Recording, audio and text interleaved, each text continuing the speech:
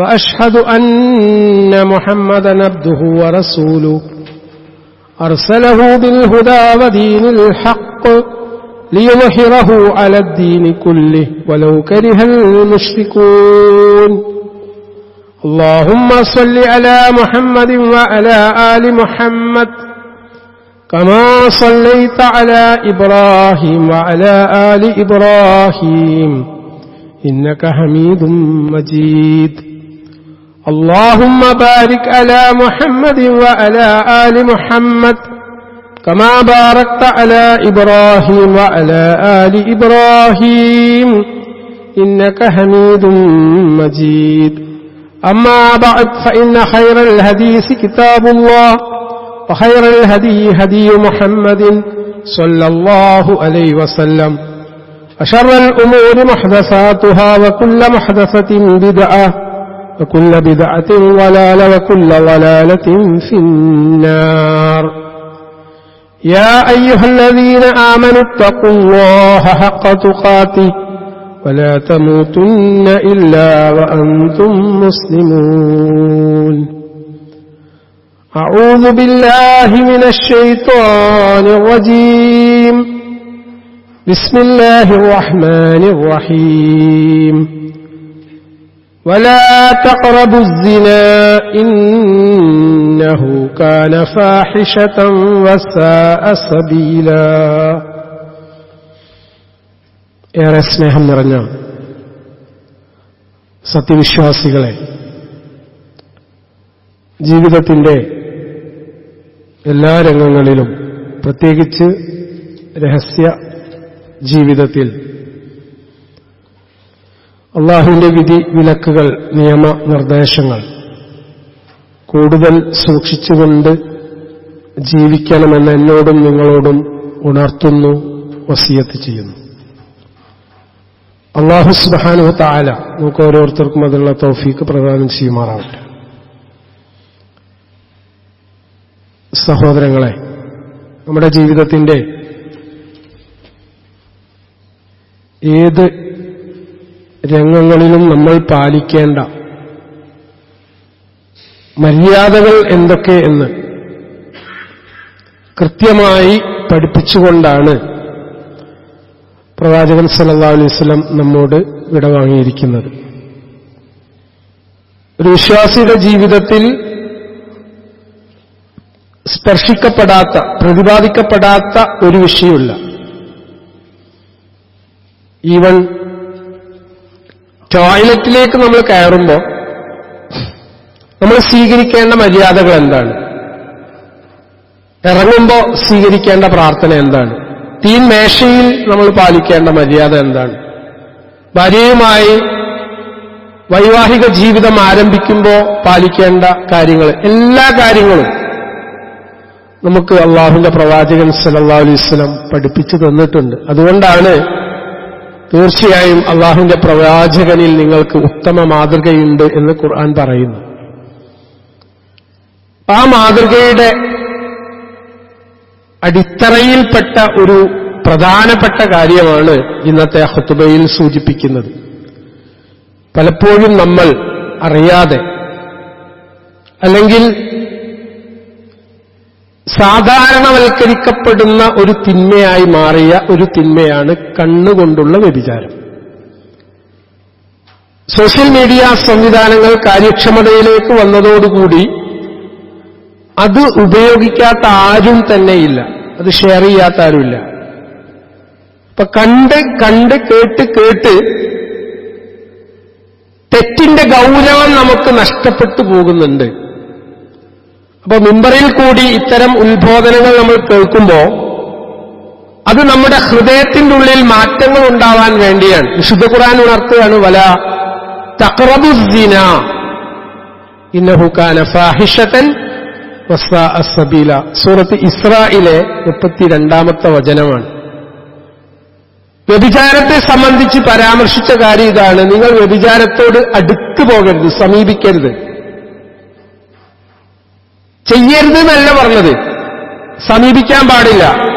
ഇപ്പൊ ചാറ്റിംഗ് എന്ന് പറയുന്ന സംഗതി ഒരുപാട് ആളുകളുടെ ജീവിതത്തിൽ പ്രത്യക്ഷത്തിൽ അവർ നല്ല വ്യക്തികളാണ്, നല്ല ഇബാദത്തുകൾ ചെയ്യുന്നവരാണ്, പള്ളിയിൽ ഒന്നാമത്തെ ജമാഅത്തിലെത്തുന്നവരാണ്. പക്ഷേ സ്വകാര്യ ജീവിതത്തിൽ പൈശാചികത അവരെ പിടികൂടുന്നു.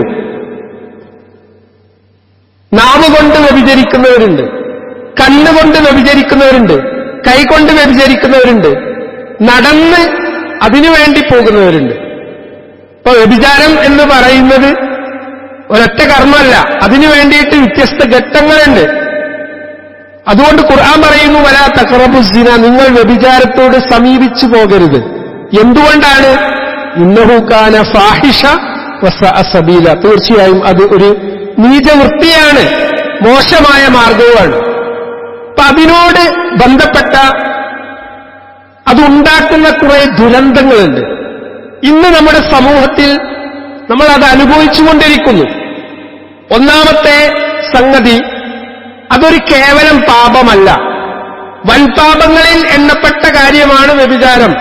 എന്നാൽ വൻപാപങ്ങളിൽ കേവലം ഒരു പാപമല്ല, അതൊരു വ്യക്തിയുടെ, ഒരു വിശ്വാസിയുടെ ഐഹികവും പാരത്രികവുമായിട്ടുള്ള ജീവിതത്തെ തകിടം മറിക്കുന്ന വലിയ ആഘാതങ്ങൾ ഉണ്ടാക്കുന്ന ഒരു വലിയ തിന്മയാണ്.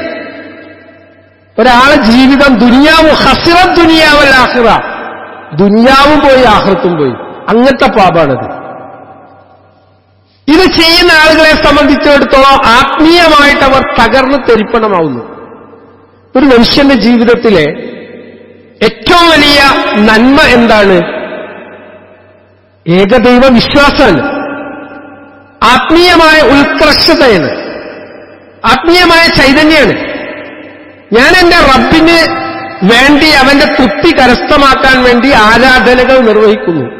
ഇപ്പൊ പള്ളിയിലേക്ക് ഹയ്യ അല സ്വലാ എന്ന് കേൾക്കുമ്പോൾ നമ്മൾ വരിക, ബാങ്കിന് ഉത്തരം കൊടുക്കുകയാണ്, നിസ്കരിക്കുകയാണ്, നോമ്പനുഷ്ഠിക്കുകയാണ്. ഇതൊക്കെ നമ്മുടെ ആത്മീയമായ ഉന്നതി കൈവരിക്കുന്ന കർമ്മങ്ങൾ കൂടിയാണ്. അപ്പൊ ഒരാളുടെ ജീവിതത്തിലെ ഈമാൻ, അതിന്റെ ആ ശോഭ അല്ലെങ്കിൽ ആ ഒരു കരുത്ത് നഷ്ടപ്പെടുത്തുന്ന കർമ്മമാണ് വ്യഭിചാരം. വ്യഭിചരിക്കുന്ന ആളുകളുടെ മുഖത്തു നിന്ന് ആ ഒരു ഈമാനികമായിട്ടുള്ള നല്ല അവസ്ഥ അപ്രത്യക്ഷമാകുന്നു. അല്ലാഹുവിന്റെ പ്രവാചകൻ സല്ലല്ലാഹു അലൈഹി വസല്ലം പറയുന്നതായിട്ട് ഹദീസുകളിൽ നമുക്ക് കാണാൻ പറ്റും. ഒരാള് വ്യഭിചാരത്തിൽ പ്രവേശിക്കുന്ന ഘട്ടത്തിൽ അയാളിൽ നിന്ന് ഈമാൻ ഒരു തണൽ പോലെ ഉയർത്തപ്പെടും. വ്യഭിചരിക്കുന്ന സമയത്ത് അയാൾ മുഅ്മിനല്ല എന്നാ പറഞ്ഞത്. വ്യഭിചരിക്കുന്ന സമയത്ത് അയാളിൽ നിന്ന് ഈമാൻ അപ്രത്യക്ഷമാവും. ഇത് സത്യത്തിൽ സംഭവിക്കുന്ന എന്താണ്? അള്ളാഹുമായിട്ടുള്ള നമ്മുടെ ലിങ്ക്, അള്ളാഹുമായിട്ടുള്ള നമ്മുടെ കണക്ഷൻ, അത് തകർത്ത് തരിപ്പണാക്കും. നമ്മുടെ ജീവിതത്തിൽ മനസ്സമാധാനം കിട്ടണമെങ്കിൽ അള്ളാഹിനോടുള്ള ലിങ്ക്, അള്ളാഹിനോടുള്ള നമ്മുടെ ബന്ധം നല്ല രൂപത്തിൽ മുന്നോട്ട് പോകണം. ഈ മൂന്നാമത്തെ കാര്യം എന്താ സഹോദരങ്ങളെ? കുടുംബ ബന്ധങ്ങൾ തകർത്ത് തരിപ്പണാക്കും. പലപ്പോഴും കൗൺസിലിങ്ങിനൊക്കെ കുടുംബങ്ങൾ വരുമ്പോ ഭർത്താവിനെ സംബന്ധിച്ച് ഭാര്യയ്ക്ക് പറയാനുള്ള കാര്യം എന്താണ്? ഞങ്ങൾ തമ്മിലുള്ള വൈകാരികമായിട്ടുള്ള ആ ഒരു അടുപ്പം നഷ്ടപ്പെട്ടിരിക്കുന്നു, എന്നോട് മൂപ്പർക്ക് ഒരു താല്പര്യമില്ല. മൂപ്പരെന്ത് ചെയ്യുന്നു? ഇന്നെ വിട്ടിട്ട് പരസ്ത്രീ ഗമനത്തിനും പരസ്ത്രീ ബന്ധത്തിനും സംസാരത്തിനും മെസ്സേജ് അയക്കാനും ചാറ്റ് ചെയ്യാനും ഒക്കെ പോവാണ്. അപ്പൊ ഒരു കുടുംബം എന്ന പവിത്രമായ ഒരു സംവിധാനത്തെ, അത് ഇസ്ലാം വിഭാവനം ചെയ്യുന്ന ഏറ്റവും പ്രധാനപ്പെട്ട ഒരു ചട്ടക്കൂടാണ് കുടുംബം എന്നുള്ളത്. ഖുർആൻ തന്നെ പറഞ്ഞില്ലേ, വമിൻ ആയാതിഹി അൻ ഖലഖലകും മിൻ അൻഫുസികും അസ്വാജൻ ലിതസ്കുനു ഇലൈഹ. നിങ്ങൾ സക്കീനത്ത് കിട്ടാൻ വേണ്ടിയിട്ട്, നിങ്ങൾ മനസ്സമാധാനത്തോടുകൂടി ചെന്നു ചേരാൻ വേണ്ടി അള്ളാഹു ഉണ്ടാക്കിയിട്ടുള്ള മീസാഖൻ ഖലീദ, ബലിഷ്ഠമായ കരാറാണ് വിവാഹം. ആ വിവാഹത്തിൽ പങ്കാളിയുമായിട്ട് ഷെയറിങ്, കെയറിങ് ഇതൊക്കെ നടക്കണം. ഇത് നടക്കണമെങ്കിൽ അവനുമായിട്ട് ആ ഒരു ആത്മബന്ധം വേണം. എന്നാൽ അന്യ സ്ത്രീകളുമായിട്ടോ അന്യ പുരുഷന്മാരുമായിട്ടോ ആണും പെണ്ണും തമ്മിൽ ഇത്തരത്തിലുള്ള ഒരു ബന്ധത്തിലേക്ക് പോകുമ്പോ അത് വിവാഹമോചനത്തിലേക്കാണ് എത്തിക്കുക. കുട്ടികളുടെ ഭാവി അനിശ്ചിതത്വത്തിലേക്ക് നിന്നുകയാണ്. കാരണം ഭാര്യ അന്യ പുരുഷന്മാരുമായി ചാറ്റ് ചെയ്യുന്നത് ഭർത്താവ് പിടിക്കുന്നു, ഭർത്താവ് ചാറ്റ് ചെയ്യുന്നത് ഭാര്യ പിടിക്കുന്നു.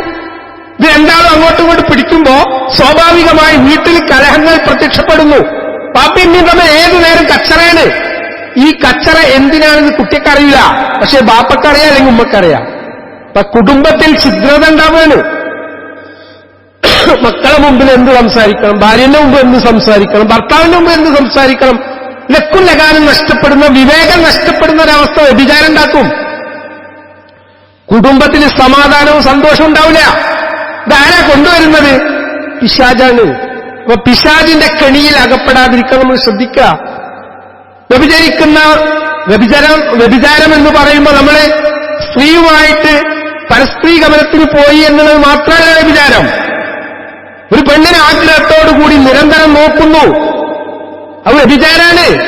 അലി റളിയല്ലാഹു അൻഹു റസൂൽ സല്ലല്ലാഹു അലൈഹി വസല്ലം ഒന്നിച്ച് യാത്ര ചെയ്യുന്ന സമയത്ത് റസൂൽ സല്ലല്ലാഹു അലൈഹി വസല്ലം അലി റളിയല്ലാഹു അൻഹു മരുമകനാണ്, അവനോട് പറഞ്ഞു കൊടുക്കുന്നുണ്ട്. എന്താ പറഞ്ഞു കൊടുക്കുന്നത്? ഒരു നോട്ട അനുവാദമുണ്ട്. പെട്ടെന്നൊരു പെണ്ണിനോട് കണ്ടു, നോക്കുന്നു, അത് അനുവാദമുണ്ട്. രണ്ടാമത്തെ നോട്ടം, അതിന്റെ കണ്ടിന്യൂവേഷൻ, അതിന്റെ തുടർച്ച, അനുവാദമല്ല. അന്യ സ്ത്രീകൾ അങ്ങനെ നോക്കാൻ പാടില്ല. വൈകാരികത അവിടെ ഉണരും. അതുകൊണ്ട് ആ തെറ്റ് നമ്മൾ ചെയ്യുമ്പോ നമ്മുടെ മനസ്സാക്ഷിയെ നമ്മൾ പീഡിപ്പിക്കുകയാണ്. ഹൃദയത്തിൽ കുറ്റബോധം ജനിക്കുന്നു. ഒരു മനുഷ്യന്റെ ജീവിതത്തിൽ തെറ്റ് ചെയ്തിട്ടുണ്ടെങ്കിൽ എന്താ തെറ്റ് നമുക്കുണ്ടാക്കുന്ന നമ്മുടെ കോൺഫിഡൻസ് ലെവലിനെ, നമ്മുടെ ആത്മവിശ്വാസത്തെ തകർത്ത് തരിപ്പണാക്കും. വ്യഭിചരിക്കുന്ന ഒരാളുടെ മനസ്സിന്റെ ഉള്ളിന്റെ ഉള്ളിൽ അയാൾ എത്ര മറച്ചു വെച്ചാലും മൂപ്പര തമ്മാടിത്തരം ചെയ്യുന്നുണ്ട്. വിട്ടുമാറാത്ത കുറ്റബോധം, കടുത്ത മാനസിക സംഘർഷം, ജോലി ചെയ്യുണ്ടാവും, ബർക്കത്തുണ്ടാവില്ല, ഒന്നിനും കോൺസെൻട്രേറ്റ് ചെയ്യാൻ അയാൾക്ക് പറ്റൂല. സ്വന്തത്തോട് ഒരുതരം സെൽഫ് ഹെയ്റ്റ്, മനസ്സിനോട് ഒരുതരം വെറുപ്പ്, ആളുകളെ ഫേസ് ചെയ്യാൻ പറ്റൂല, സമാധാനത്തോടുകൂടി ഉറങ്ങാൻ പറ്റൂല. കാരണം ഇയാൾക്കാരെ ഇയാൾ തമ്മാടിത്തരം ചെയ്തിട്ടുണ്ട്. അതുകൊണ്ടാണ് സബീല, അത് നീചമായ മാർഗമാണ്, മോശപ്പെട്ട മാർഗമാണ്. ആ മാർഗത്തിലേക്ക് നിങ്ങൾ പ്രവേശിക്കാൻ പാടില്ല. വ്യഭിചരിച്ച ഒരാള്, നമുക്കറിയാം ഇന്ന് രണ്ട് കാര്യങ്ങളിലാണ് സമൂഹത്തിൽ പ്രതിച്ഛായ നഷ്ടപ്പെടുന്നത്. ഒന്ന് സാമ്പത്തികമായിട്ടുള്ള ചൂഷണമാണ്, അല്ലെങ്കിൽ ക്രമക്കേടാണ്. രണ്ടാമത്തെ വിഷയം എന്താണ്? ലൈംഗിക ആരോപണമാണ്. ഇപ്പൊ പോക്സോ കേസിൽ പിടിക്കപ്പെടുന്ന ഒരുപാട് ആളുകളുണ്ട്. ഈ പോക്സോ എന്നുള്ളത് ഒരു മനുഷ്യന്റെ അന്തസ്സും അഭിമാനവും ഇല്ലാതാക്കുന്നു. ഒരു സമൂഹത്തിൽ നമുക്ക് ഒരു ഇമേജ് ഉണ്ട്, നമുക്കൊരു പേരുണ്ട്, അന്തസ്സുണ്ട്, അഭിമാനമുണ്ട്. ഒരു മനുഷ്യന്റെ ജീവിതത്തിൽ അള്ളാഹു നൽകുന്ന ഏറ്റവും വലിയ സമ്മാനം എന്ന് പറഞ്ഞാൽ അഭിമാനമാണ്. ആ അഭിമാനത്തിന് ഏൽക്കുന്ന ഏറ്റവും വലിയ ക്ഷതമാണ് ഒരന്യ സ്ത്രീയുമായിട്ട് അന്യ പുരുഷനുമായിട്ടുള്ള ലൈംഗിക വീഴ്ചകൾ. ഇപ്പൊ സമൂഹത്തിനുള്ള അന്തസ്സ് നഷ്ടപ്പെടും. വേണ്ട സഹോദരങ്ങളെ, നമ്മുടെ ബർക്കത്ത് നഷ്ടപ്പെടും. എന്താ ബർക്കത്ത് എന്ന് പറഞ്ഞാൽ?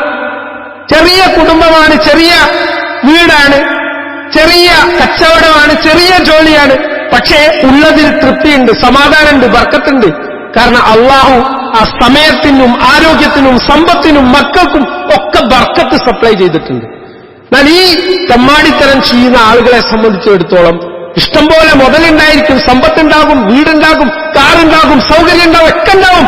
പക്ഷേ സമാധാനവും ബർക്കത്തും ആ വീട്ടിൽ നിന്ന്, ആ അന്തരീക്ഷത്തിൽ നിന്ന്, കുടുംബത്തിൽ നിന്ന് അപ്രത്യക്ഷമാകും.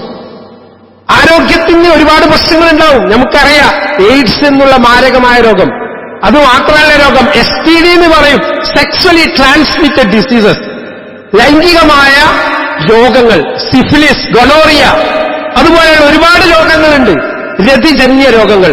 അത് പിടിപെടുന്നു. ഇത് പിടിപെടുന്നത് എന്തുകൊണ്ടാണ്? അന്യ പുരുഷനുമായിട്ടോ അന്യ സ്ത്രീയുമായിട്ടോ ഒരു ബന്ധത്തിന് ഒരാൾ പോകുമ്പോൾ അള്ളാഹു കൊടുക്കുന്ന ശിക്ഷയാണിത്. ഞാൻ എപ്പോഴും ചിന്തിച്ച ഒരു സംഗതിയാണ്, ഒരാൾ 4 വിവാഹം വരെ അയാൾക്ക് അനുവാദമുണ്ട് ഇസ്ലാമിൽ. 4 വിവാഹം കഴിക്കുന്നു, 4 ഭാര്യമാരുമായിട്ട് ഒരേ പുരുഷൻ ബന്ധപ്പെടുമ്പോൾ അവിടെ ലൈംഗിക രോഗങ്ങൾ ഉണ്ടാവില്ല.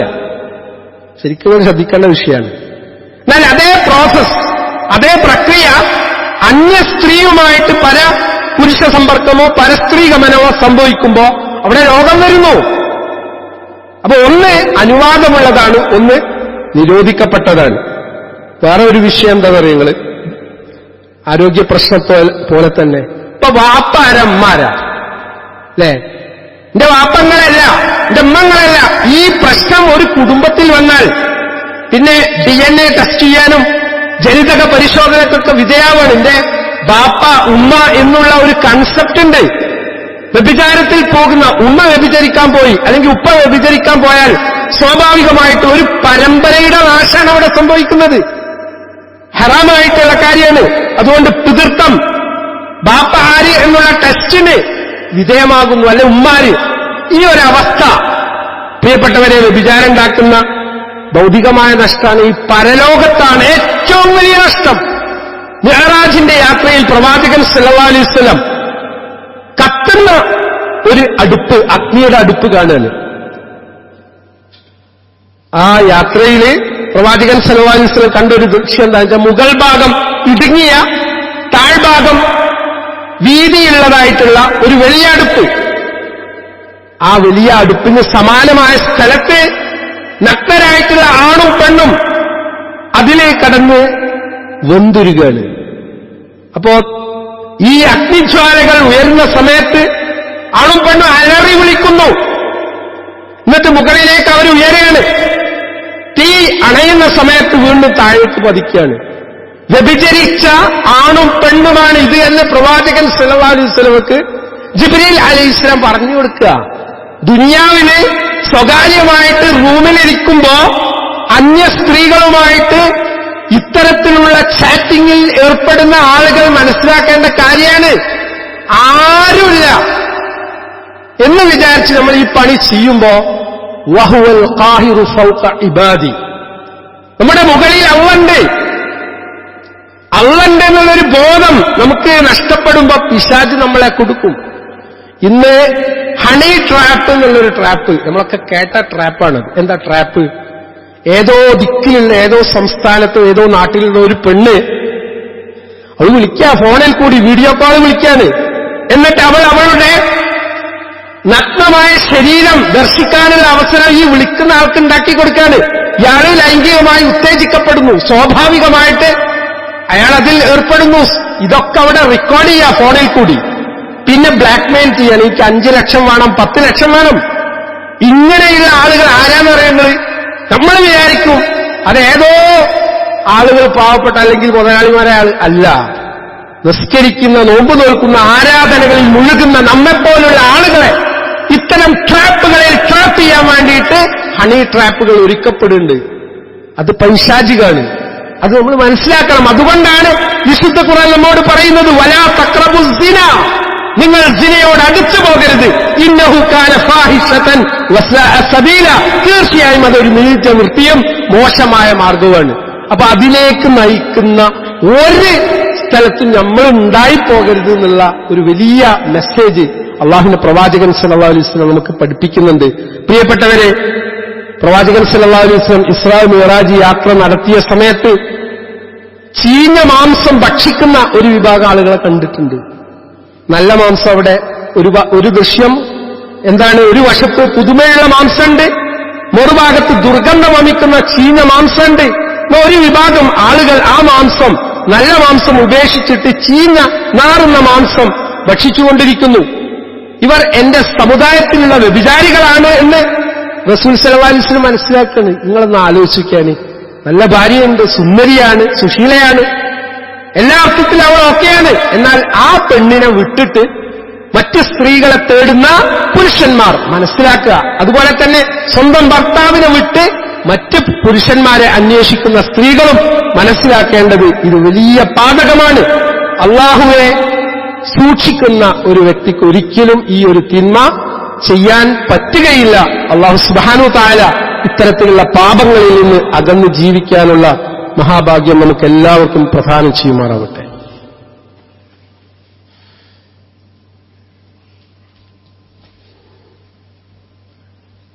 അൽഹംദുലില്ലാഹി റബ്ബിൽ ആലമീൻ വസ്സലാത്തു വസ്സലാമു അലാ റസൂലില്ലാഹി വഅലാ ആലിഹി വഅസ്ഹാബിഹി അജ്മഈൻ അമ്മാ ബഅദ്. യാ അയ്യുഹല്ലദീന ആമനു തഖുല്ലാഹ ഹഖ്ക തുഖാതിഹി വലാ തമൂതുന്ന ഇല്ലാ വഅൻതും മുസ്ലിമൂൻ.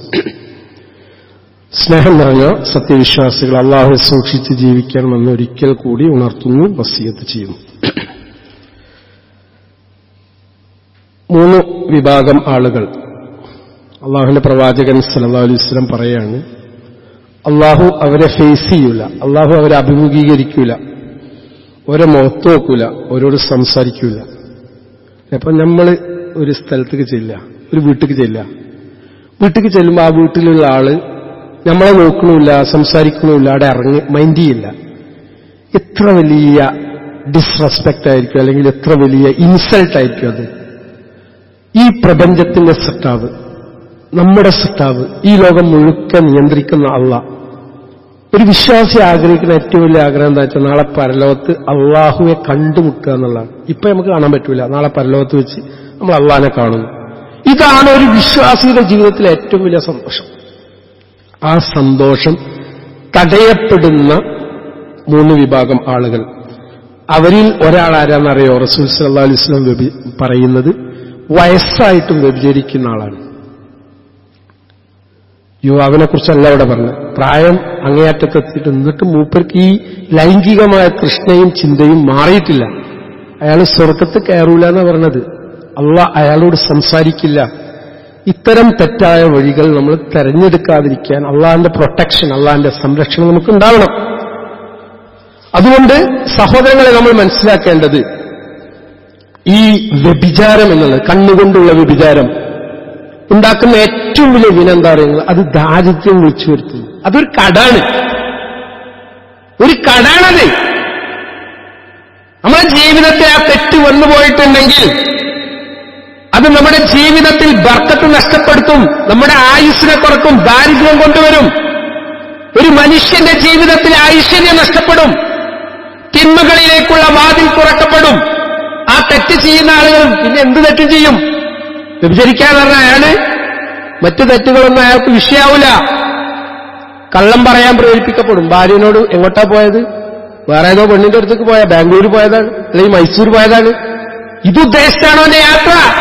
അപ്പൊ കളവ് പറയേണ്ടി വരും, മദ്യപാനം ആരംഭിക്കും, പോൺ അഡിക്ഷനിലേക്ക് പോകും, ഡ്രഗ്സ് ഉപയോഗിക്കും. എല്ലാ തിന്മകളിലേക്കും പെട്ടെന്ന് പോകാനുള്ള ഒരു വാതിലാണ് വ്യഭിചാരം എന്നുള്ളത്. സഹോദരന്മാരെ, നമ്മൾ മനസ്സിലാക്കേണ്ടത് അനാവശ്യമായ കാഴ്ചകൾ കണ്ണുകൊണ്ട് നമ്മൾ കാണുമ്പോൾ വിശ്വാസിയുടെ ജീവിതത്തെ അതുണ്ടാക്കുന്ന ഒരുപാട് നഷ്ടമുണ്ട്. ഹലാവത്തുൽ ഈമാൻ നഷ്ടപ്പെടും. ഈമാൻ എന്നുള്ളത് നമ്മളുടെ ഒരു ഹലാവത്തുള്ള സംഗതിയാണ്. അതിനൊരു മാധുര്യമുണ്ട്. ഇപ്പൊ നോമ്പ് നോൽക്കുമ്പോ, നിസ്കരിക്കുമ്പോ, സക്കാത്ത് കൊടുക്കുമ്പോ, സദക്ക ചെയ്യുമ്പോ, ദാനധർമ്മങ്ങൾ നിർവഹിക്കുമ്പോ, പാവപ്പെട്ട ആളുകളെ സഹായിക്കുമ്പോ, ഇതൊക്കെ നമ്മുടെ ജീവിതത്തിൽ കൊണ്ടുവരുന്ന ഒരു സന്തോഷവും സമാധാനവുമുണ്ട്, ഏകാഗ്രത ഉണ്ട്. ഇതൊക്കെ നഷ്ടപ്പെടും. കുടുംബജീവിതത്തിൽ വിള്ളലുണ്ടാക്കും, ഹൃദയത്തിന്റെ കാഠിന്യം വർദ്ധിക്കും, എന്താണ് കയറില്ല. ഒരു തരം മരവിപ്പ്. ഇപ്പൊ ഫ്രീസറിൽ ഒരു മത്സ്യം ഒരു 3 മണിക്കൂർ വെച്ച് പുറത്തെടുത്താൽ ഫ്രീസറിൽ വെച്ച മീനിന്റെ കഥ കഴിഞ്ഞു. ഇതുപോലെ ആയിരിക്കും നമ്മുടെ ഹൃദയം. എന്താണ് കേട്ടാലും ഹൃദയത്തിൽ കണ്ട് കയറൂല. ഈ ഒരു അവസ്ഥയാണ് വ്യഭിചരിച്ചാണ്ടാവുക. മറ്റുള്ളവരുടെ മൂല്യം നമുക്ക് നഷ്ടപ്പെടും. ഇപ്പൊ ഉമ്മനെ കാണുമ്പോ പോലും ആ തോന്നിവാസി ചിന്ത വരും. നിസ്കരിക്കാൻ വേണ്ടി നിൽക്കുമ്പോ പോണിന് അഡിക്ഷപ്പെട്ട, പോൺ മോശപ്പെട്ട നഗ്നചിത്രങ്ങളും വീഡിയോസും നിരന്തരമായി കാണുന്ന കുട്ടികൾ മനസ്സിലാക്കണം, വൈവാഹിക ജീവിതം തൂഫാനാകും. പിന്നെ ഭാര്യാഭർത്തൃ ബന്ധം ഉണ്ടാവില്ല, മക്കള് ചിലപ്പോ അതിനെ ബാധിക്കും. ഇപ്പൊ കള്ളം നടത്താൻ പോകുന്ന ശിക്ഷയാണ്. ഒരാളുടെ ജീവിതത്തിൽ ഉണ്ടാവുന്ന ഏറ്റവും വലിയ നേട്ടാണ് ഇച്ഛാശക്തി ഉണ്ടാവുക, വിൽ പവർ എന്ന് പറയും. ഒരു തീരുമാനം എടുക്കാൻ പറ്റൂല, എല്ലാത്തിനും ദൗർബല്യം വരും, സെൽഫ് കൺട്രോൾ നഷ്ടപ്പെടും. ഞാൻ നേരത്തെ സൂചിപ്പിച്ചു, ലൈഫിന്റെ ബർക്കത്ത് മൊത്തത്തിൽ നഷ്ടപ്പെടും. അതുകൊണ്ട് ഇതിൽ നിന്ന് രക്ഷപ്പെടാൻ വേണ്ടിയുള്ള വഴി എന്താണ്? നമ്മൾ കണ്ണുകളെ താഴ്ത്തുക എന്നുള്ളതാണ്. ഖുല്ലിൽ മുഅ്മിനീന യഗുല്ലൂ മിൻ അബ്സ്വാരിഹിം വയഹ്ഫളൂ ഫുറൂജഹും ദാലിക അസ്കാ ലഹും. വിശുദ്ധ ഖുർആൻ സൂറത്തുൽ നൂർ 30-ാമത്തെ വചനം പഠിപ്പിക്കുന്നതാണ്. നമ്മൾ നമ്മുടെ കണ്ണ് താഴ്ത്തണം. അതിനാ കണ്ണിന് മൂടിയൊക്കെ വെച്ച് എല്ലാം പോയി ഇങ്ങനെ നോക്കാൻ പറഞ്ഞില്ല. കണ്ണിനെ നിയന്ത്രിക്കണം. കണ്ണിൽ കൂടിയാണ് ആദ്യം. നല്ല സൗന്ദര്യമുള്ള ഒരു പെണ്ണാൽ കൂടെ പോകുമ്പോൾ അങ്ങനെ നോക്കുകയാണ്. നോക്കുമ്പോൾ ആഗ്രഹം മനസ്സിൽ ജനിക്കും.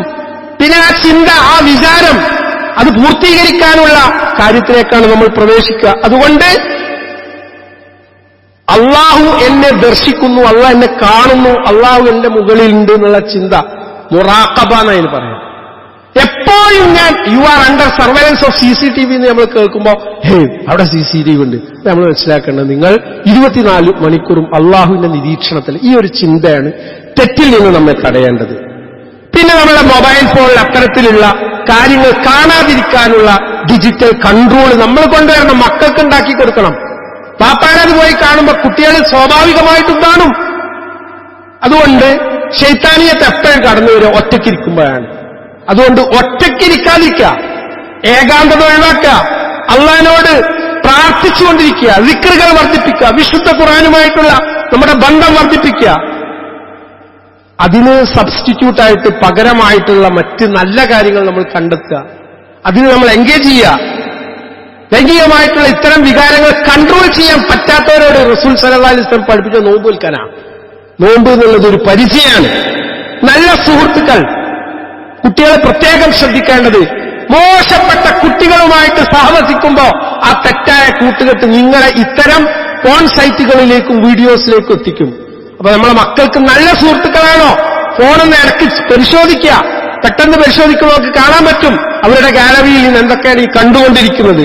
പിന്നെ തെറ്റ് വന്നിട്ടുണ്ടെങ്കിൽ നമ്മൾ ചെയ്യേണ്ടത് ആത്മാർത്ഥമായിട്ട് അള്ളാഹിനോട് ദുആ ചെയ്യണം. അള്ളാഹിന്റെ റസൂൽ സല്ലല്ലാഹു അലൈഹി വസല്ലം പഠിപ്പിച്ചു തൗബ.